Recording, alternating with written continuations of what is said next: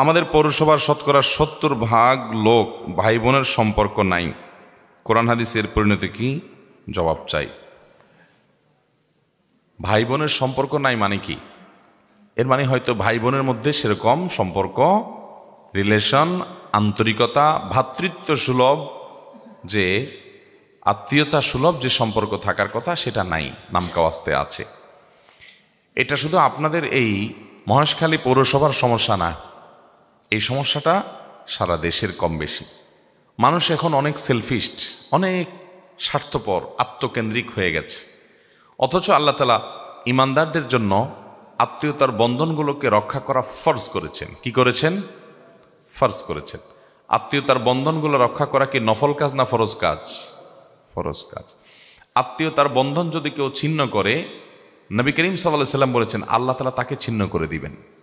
যে ব্যক্তি আত্মীয়তার বন্ধনকে জোড়া লাগাবে আল্লাহর ভয়ে, আল্লাহর নির্দেশের কারণে, আত্মীয়ের সাথে আগ বেড়ে মিশতে যাবে, তার সাথে সুসম্পর্ক রাখবে, তার উপকার করবে, তার সাথে কানেক্টেড থাকবে, যোগাযোগ রাখবে, ওই ব্যক্তি আল্লাহ রাব্বুল আলামিন তাকে সংযুক্ত করবেন, তার সাথে আল্লাহ রাব্বুল আলামিন সংযুক্ত হবেন, সংযুক্ত রাখবেন তাকে। এটা আল্লাহ তাআলার ওয়াদা এবং হাদিসে বর্ণিত হয়েছে। মোহতারাম হাজরিন, আত্মীয়তার বন্ধন রক্ষা করা এটা কি সুন্নত না নফল? ফরজ কাজ। অতএব আপনার ভাইয়ের সাথে আপনার কোনো যোগাযোগ নাই, কথাবার্তা নাই, উঠা বসা নাই, উল্টা বরং মামলা মোকদ্দমা আছে, শত্রুতা আছে, তার ভালো দেখতে পারেন না, পারলে তার জমিটা মেরে দেন, বাবার সম্পদে তার ভাগটা না দিয়া বাঁচতে পারলে সেই চেষ্টা করেন।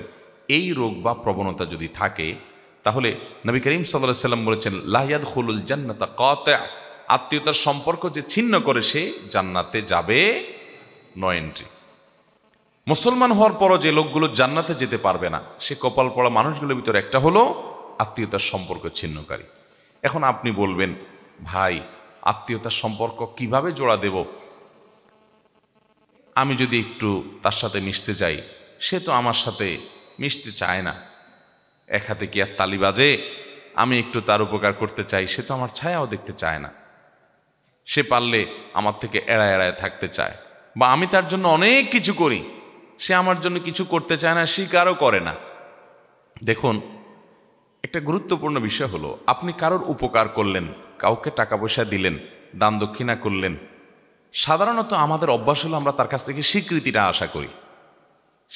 আশা করি যে লোকটার জন্য এত কিছু করলাম, অন্তত সে মুখে স্বীকার করুক যে আমি তার জন্য করছি। এটা আশা করি না আমরা অনেক সময়। সূক্ষ্ম একটা বিষয় হলো, এটাও আপনার লৌকিকতা কিংবা মানুষের কাছ থেকে আপনি বিনিময় আশা করার যে অপরাধ, সেটা